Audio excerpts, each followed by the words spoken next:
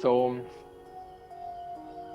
no, we cannot by will just end attraction.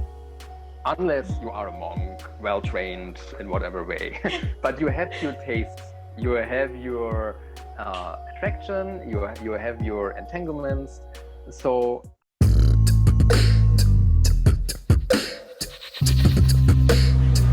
Cô ơi, cháu xin cốc trà đá với ạ. Cháu cốc trà đá nhé.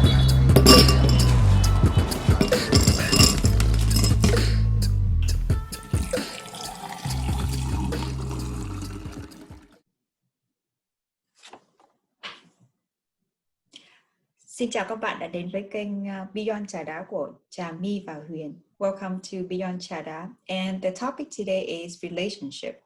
So, navigating through relationship is difficult, especially we don't have any lessons about it. We went to school to study, mathematics, literature, biology to prepare ourselves for life. But for relationships, we're supposed to just know it. No one taught us how to, have a good relationship with our friends, our family, our future partner, and even ourselves. Even though studies show that happy relationship define happy life, we are expected to just know it instinctively. And, I heard so many times learning by making mistakes. But to be honest, a lot of mistakes can be well avoided. So, I wish someone was there when I was much younger to tell me these things, to prepare me for the fact that relationship is hard. It's hard work, and, you can do better by learning, actually, just like anything else. However, relationship is a very, very broad topic. So today we just focus on, one small aspect of relationship. Why are we attracted to certain type of people? Why are we attracted to the person that we are attracted to? And for this topic, our guest today is Phillipp. He has been my mentor for the last few months about emotional maturity, about self-love in relationship.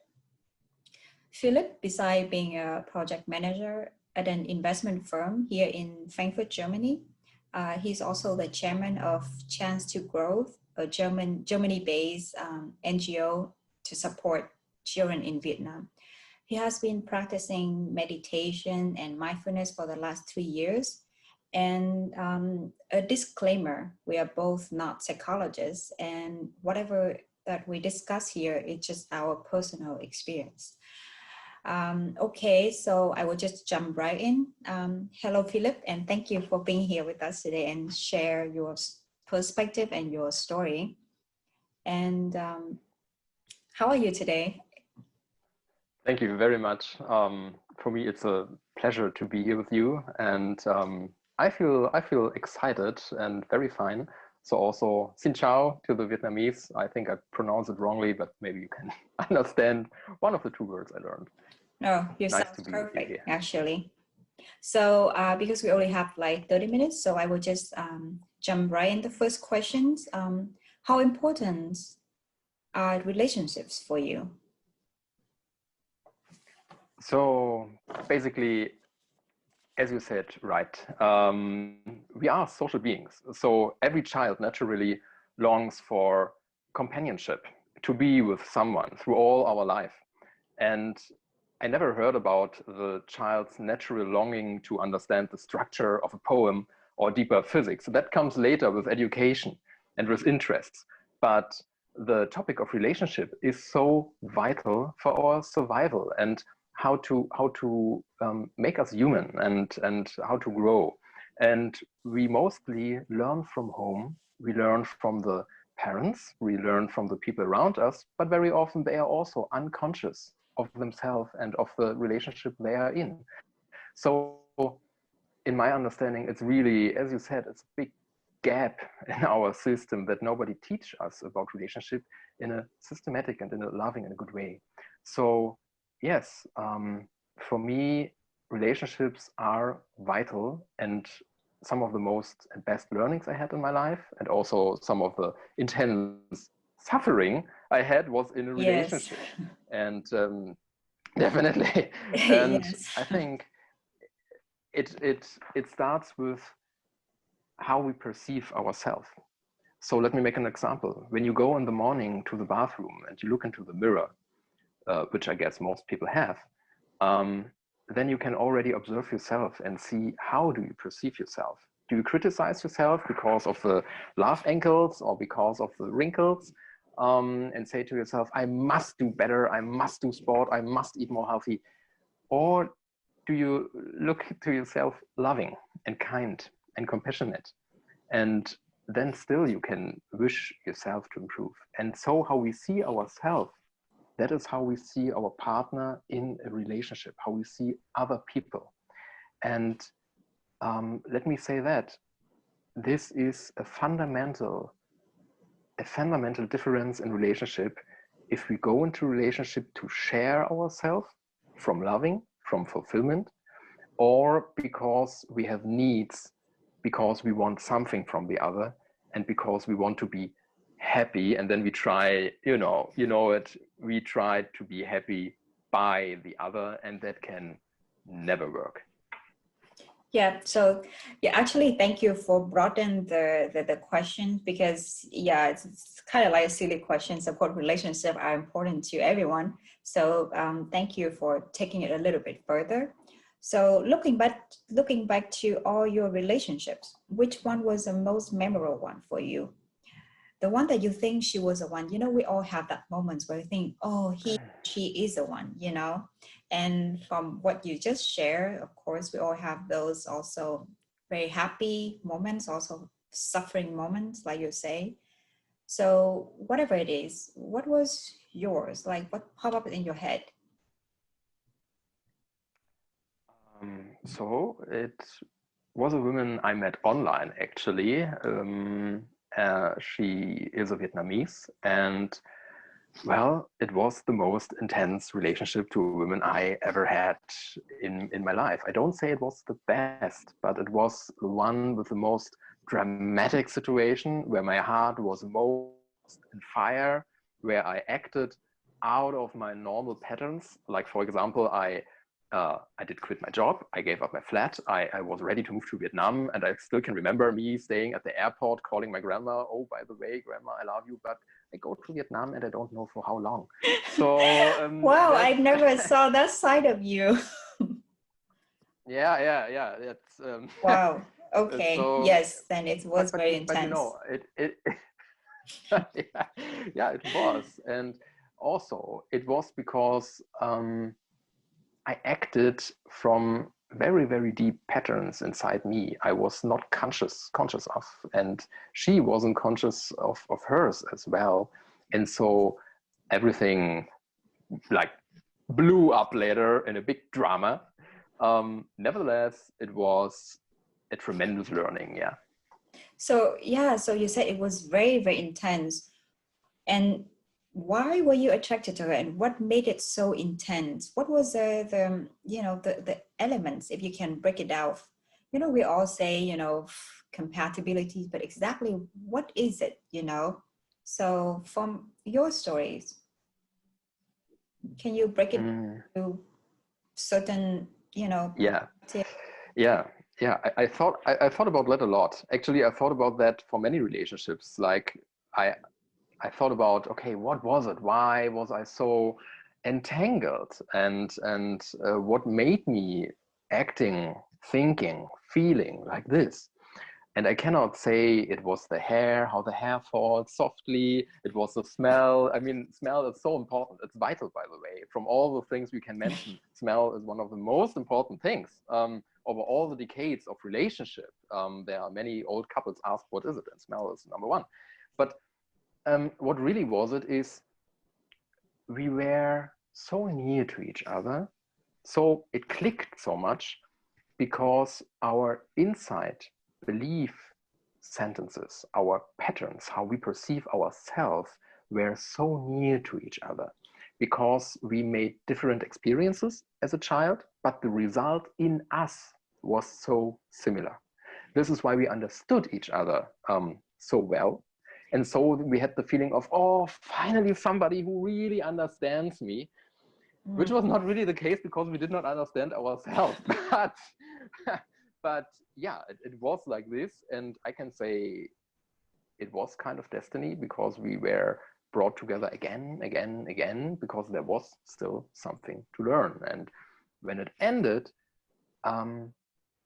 yes, it was dramatic. It was the most intense time of suffering I had in relationship at that time, but it brought me more to look inside, to be, to become a little bit mindful. Ah, okay. Interesting, because you mentioned that you were very similar and that's why you were attracted to each other. But I often heard, the opposite actually, that differences attract. So it's both. I mean, that's the tricky thing. We always ask, is it same and same that attracts, or is it opposite? And the answer is yes. It means there must be a fundamental base that is close to each other so that we can understand each other. Because if a person is totally different, you could not communicate. You could not understand what the other means, even though describing really the same fruit in front of you. So this has to be as close as possible so that the magnetism is there. And so that the learning can be there, because we always mirror each other so that we learn. Mirroring is basically the reason for relationship in a deeper sense. And the opposite is because we search in the other what we wish to have more, like security, like energy, like courage. We wish to have more, and so we are attracted. But the thing is, the tricky thing is, we have it in us. Because if we would not have it in us already, then we could not feel what we miss to have, right? We can only miss something we know.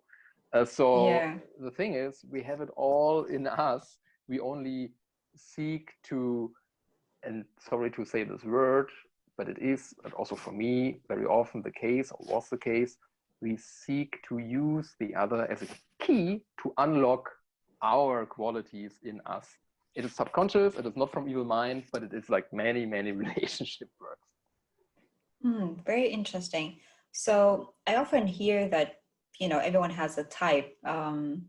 So do you have a type? And, do you think there's a reason why we have a type, and what actually shapes this type? Because from my personal experience, I also know I have a type, not particularly look wise, but characteristic and certain kind of things in a person that I definitely want to have in a partner.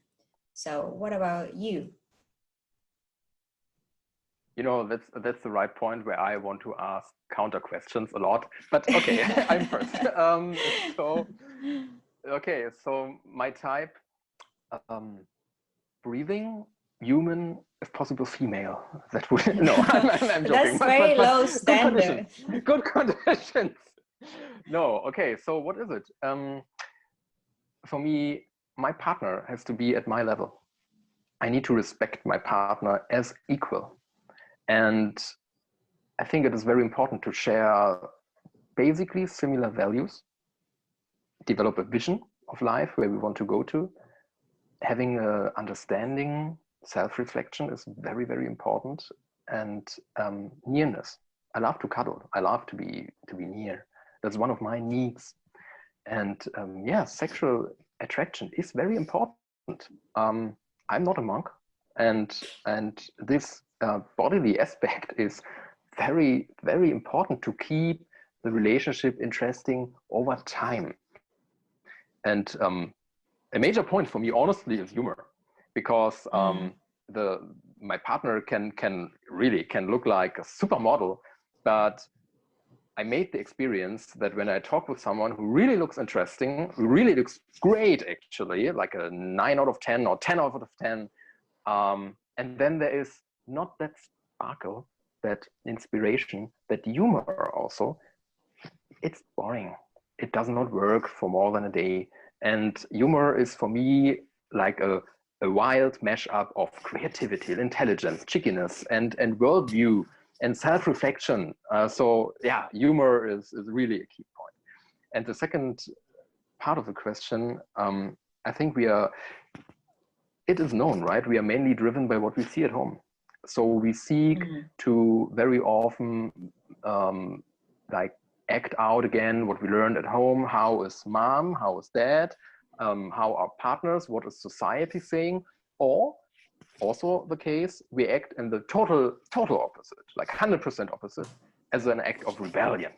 So this is what very often shapes ourselves. And between these extrema of copying or opposite of copying, there is a question of what do we like, really true us, not what somebody teaches us, not what somebody told us, but what really we want to have in our life. And that is something we can only find out by experience. Interesting. You mentioned a few things, what shaped our type, but the main thing you mentioned is home, right? How we experience at home. And a lot of this I kind of agree, because a lot of actually sometimes it's also unconscious and we don't even realize that, but yes. And also, like, what do you mean by society? Because for example, I'm from Vietnam, then I know that especially women, Vietnamese women, are under huge pressure about, you know, getting married and have kids, and sometimes people get married for the wrong reasons. You know, it's not about love, compatibility. It's just, okay, it's time to get married, so you get married. And so for me, that's social pressure, the society part. But you live in Germany, where I would think that don't really exist. So can you share more about this part? What exactly do you mean by this? Sure. Also in Germany, we have like societally patterns which are brought upon our children, like how you should act, how you should be, and also how a woman should be, how a man should be. Like for a man, for example, be very understandable, take yourself back, like find solution by words and so on. Women are also expected in certain ways how to be a woman, and that can change from wherever you are born. And for example, I come from Eastern Germany, from GDR, and there the system was more family oriented, I would say, than in some parts of the at that time Western Germany.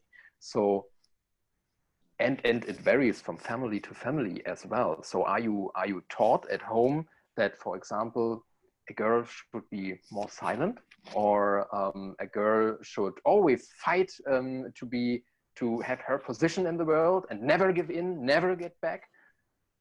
That depends on where you grow up. And again, it is very much of what you see at home. And as you said, it is subconscious patterns that sink in very deep, and to become aware of them can help us to understand what we really want. Because maybe just maybe, as a woman, you don't want to make career all your life at all costs of your free time, family, and everything else. Maybe you want a family with children, or you maybe want both. Or as a man, maybe you don't want to be the successful lawyer your dad always taught you to be. Maybe you want to become a dad and care for the children at home and support your wife to become whatever she strives to become for. Maybe that is your case. So this is what I mean by find out what is yours and not what someone else teach you.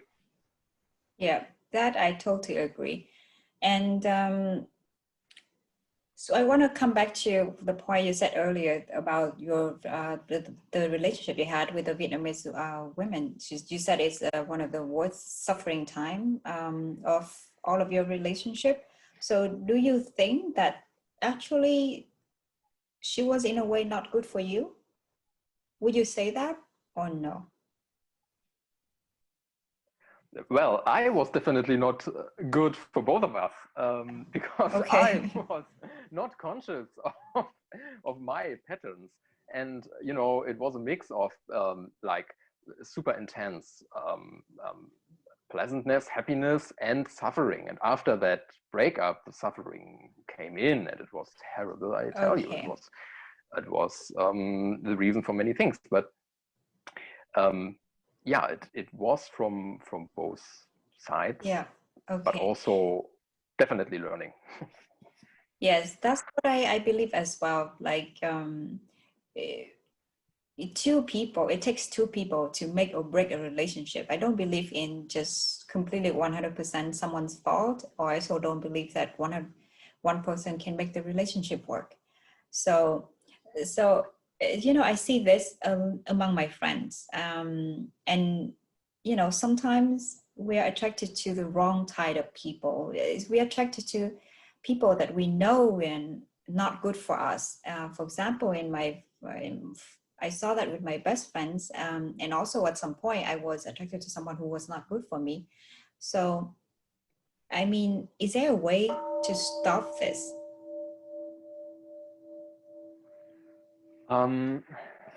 So no, we cannot by will just end attraction. Unless you are a monk, well trained in whatever way. But you have your tastes, you have your attraction, you have your entanglements. So the first we must understand is sometimes the wrong person is the right person to show us something. Because in most cases, as I can only speak from my experience, when we don't like someone else, we don't like an element in that other person, not the whole person, an element, and that element we don't like in us. That's very often the case. So the first thing we must do if we really want to like get out of that entanglement and become free, that is essentially what you ask for, right? Is to become conscious of ourselves. Look inside, what kind of attraction is it really? And what is behind that? For example, we can ask if we are very attracted and always think of the person, why is it? Is it because maybe the other person has something we want in us? What kind of love is that? It's always a love language, right? Is it nearness? Is it understanding? Is it a kind of security we feel? Whatever it is. And then when we understand what is it really that we want from the other that we cannot get free yet, then we can try to be with it. Just be with it. Don't act from it, just be with it. And if we can do that, it already transforms. Our system learns, oh, I can be with it and I don't die. I can just live with it. And then it gets more easy. So that's very interesting point. So basically, you know, so love supposed to be just about feelings, but actually sometimes it is important to use your head, to use your logic. In your case, in the case you just mentioned, is that we need to be aware of ourselves. And then when we are aware of ourselves, then we can see the patterns and we can analyze. Maybe some hopeless romantic people will not like this word, because I myself was a hopeless romantic and I hate that word in love, in relationship, analyze. But it is that we have to analyze, like, the hypothesis why we're attracted to that person. And you know, and that's a very, very good point, and that's the first step. And so maybe going to something a lighter topic, do you believe in love at first sight? Because, you know, I heard this so many times. And actually, for me personally, I don't know. I used to believe in love at first sight. Definitely there's some strong indication, like chemistry, but I don't know if it's like love, or maybe just initial attraction. But then I also heard a lot of love stories that love at first sight happened. So what do you think? Yeah. I believe at attraction at first sight. So we can be attracted to someone and it can feel like love. Oh, my heart is melting when I only see you drinking something. I get nuts. When I see you biting an apple, I get crazy. You are wow. That is, of course, that exists. Yeah, it is reality for you in that moment. But again, you mentioned the mind. If you look at that, then you can ask, what kind of love is it again, right? So yeah, it happens that people meet and there's a click, and these people kind of belong to each other, at least for that moment, and sometimes for a lifetime. But when it is for a lifetime, then it rarely is, and I would say it never is, the same feeling over all of that time, because statistically, after 13 months, you fall out of this dopamine and oxytocin induced feeling of love. Then reality hits you, and then you don't like the other still biting the apple so loud. So it then is the result of, if that relationship holds, is a result of commitment and work you put into that. Yes, yeah, I agree. I guess you know, the older we get, also the more we age, the more realistic we become, I guess. So the next question. Well, I like romantic, you know. Don't take it Yes. away. Keep Yes, romanticism. Really, it's important. It's good. Yeah, I know. It's your inner child. Of course. So the next question is actually an important, kind of big question. From your experience, because I know that you went through 3 years of kind of fighting yourselves after your heartbreak, and and you taught me a lot in the last few months about relationships and self-love and all those kind of important topics. So I think this is an important question based on your experience and what you have come to learn in the last 3 years about relationship. What do you think are most important in a relationship? In a sense, what makes a relationship? What kind of factors that can make a relationship last? So, food. Can you cook? No, okay. That's but for me very important. I cook myself. So, what is really, really important long term? Yes, I went through some things actually, and I have a feeling I just started to learn, but I want to share a little bit of what I learned. It is to first know yourself as much as you can, because the better you know yourself in all the many, many thousand aspects, the better you understand the other. And then be present. Because if you only look to the other, like how you met him or her in the past, you see a picture of the past, not the present moment.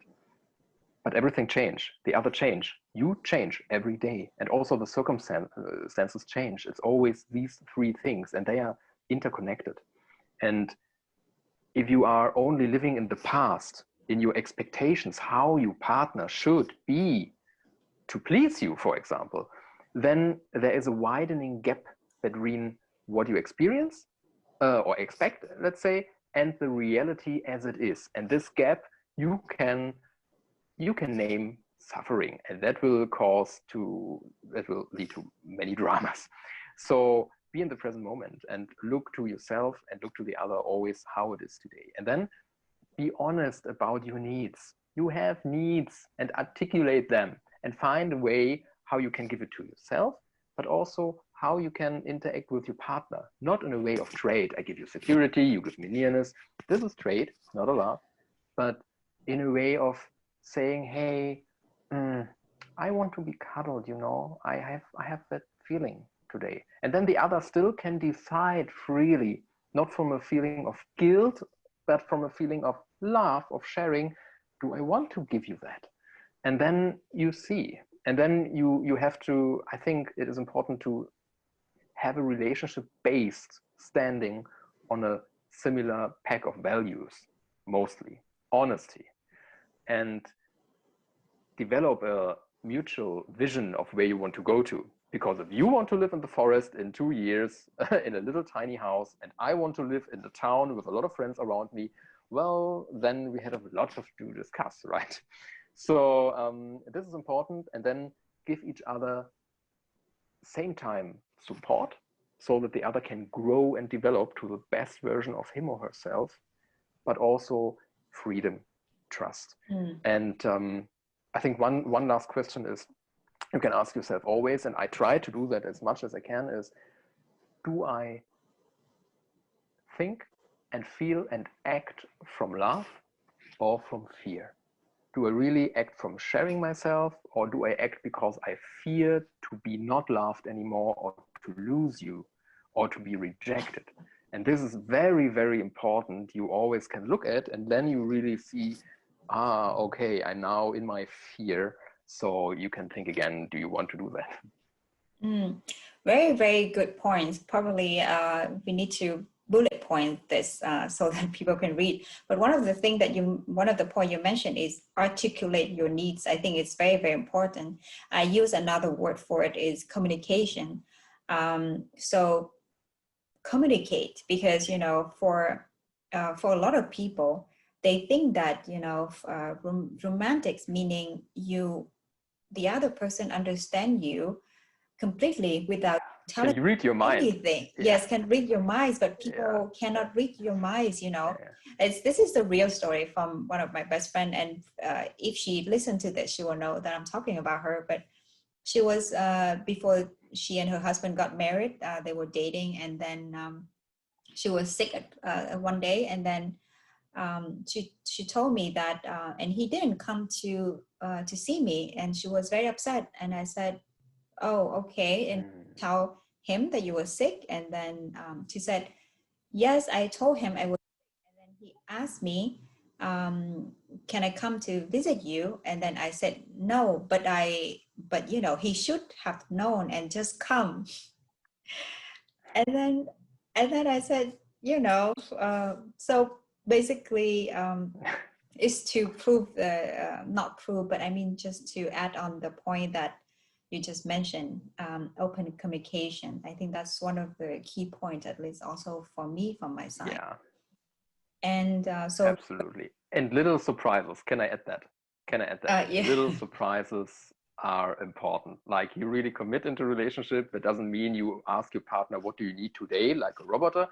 No, you can just make little signs of love and appreciation. Yes, I think that's very, very lovely idea, especially yeah, you know, it's like spice up your life, right? So it's not, it doesn't get boring and routine. And so a lot of interesting and good points. So last questions. What advice do you have for people when they start a new relationship? I guess it's kind of overlapping the previous question we just discussed, but if you can have just like a few advice for people. So first of all, ask yourself, are you out of your last relationship? And I don't mean the breakup. I mean, are you really out of your last relationship? I know what I talk about because I have a history of jumping from one relationship to the other so that there's no gap in between. And so that I don't feel alone, so that I can distract myself, so that I can run away from negative feelings, all that stuff I did. And that is like, you can imagine, it is like a person who has, like most human beings, two hands, but one is still in the past and the other tries to reach out to the future, and you don't have both hands for what you actually need. So to be present for your new partner is absolutely important. And it means that you really first have to be out of where you was before. That doesn't mean you need to stop reflecting. Reflecting is very fine and you should do that all the time, but not being engaged there. So, and before you go into a relationship, honestly, and I wish I would have known that before, ask yourself, would you date yourself now? Would you? Would you want to be together with yourself now?